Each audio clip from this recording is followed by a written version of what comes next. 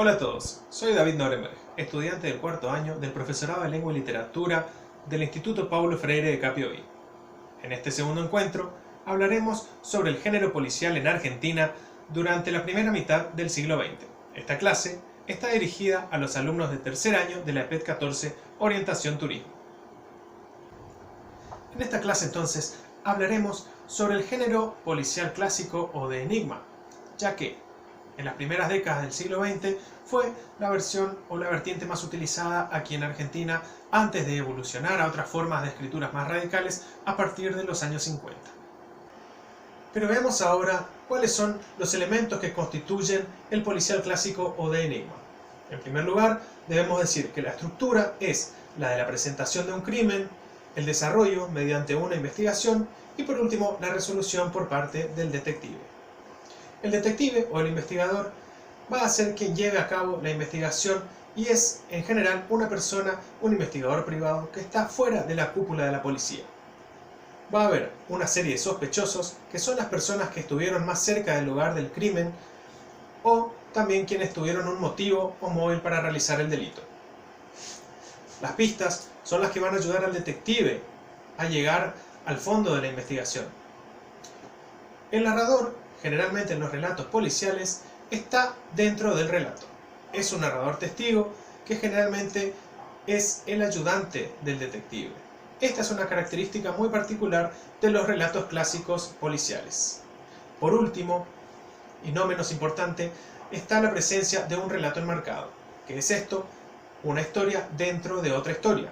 En el caso del relato policial, es el detective quien al finalizar toma la voz de narrador y cuenta cómo se dieron los hechos hasta llegar al crimen. El género policial argentino actual es muy complejo y nos llevaría más de una clase a hablar sobre ello. Por lo tanto, en esta clase solamente veremos cómo se inicia el género en nuestro país. Veremos el antecedente más distante en el tiempo y luego analizaremos este relato en base a las características del género policial clásico de enigma que acabamos de ver. El primer relato policial argentino se le atribuye a Paul Grosac. Este hombre, que en el año 1887 era director de la revista La Biblioteca, publica de manera anónima esta historia. En ella, un excomisario cuenta cómo en su época de trabajo le toca investigar la muerte de una anciana del barrio porteño de La Recoleta. En ella se había perdido una joya que era la llave de una pequeña fortuna que la mujer había escondido en algún lugar. Luego de que el caso fuera cerrado como homicidio en ocasión de robo, el comisario sigue la investigación por su cuenta, encontrándose luego con un gran misterio que envolvía el primer enigma.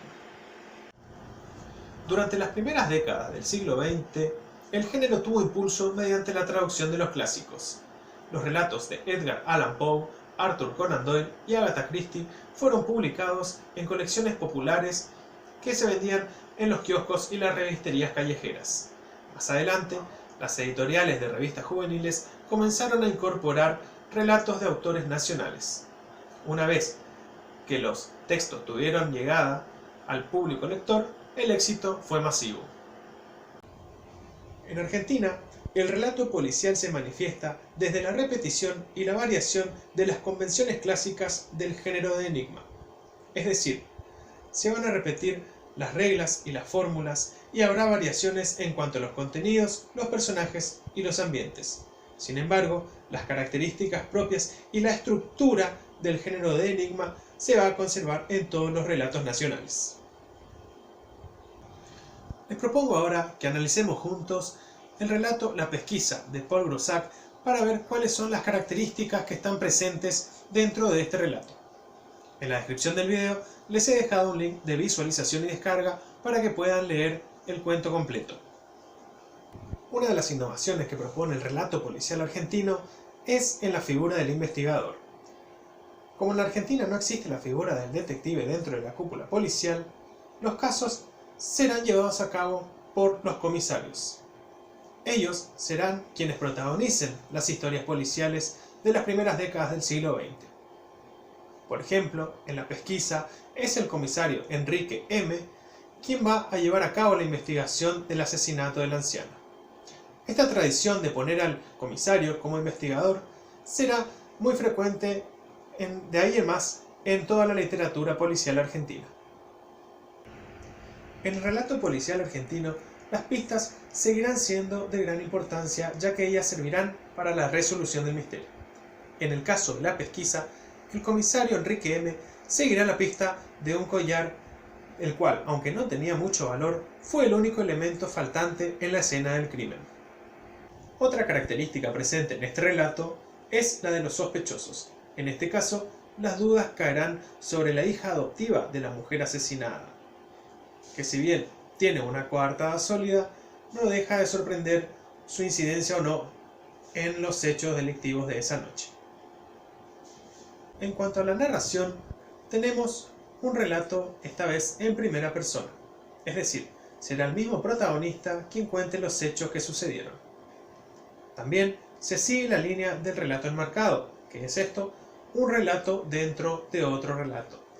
En el caso del comisario Enrique, es él quien cuenta la historia de cómo llegó a la resolución de aquel misterio. En la clase de hoy entonces hemos visto los orígenes y características del relato policial argentino.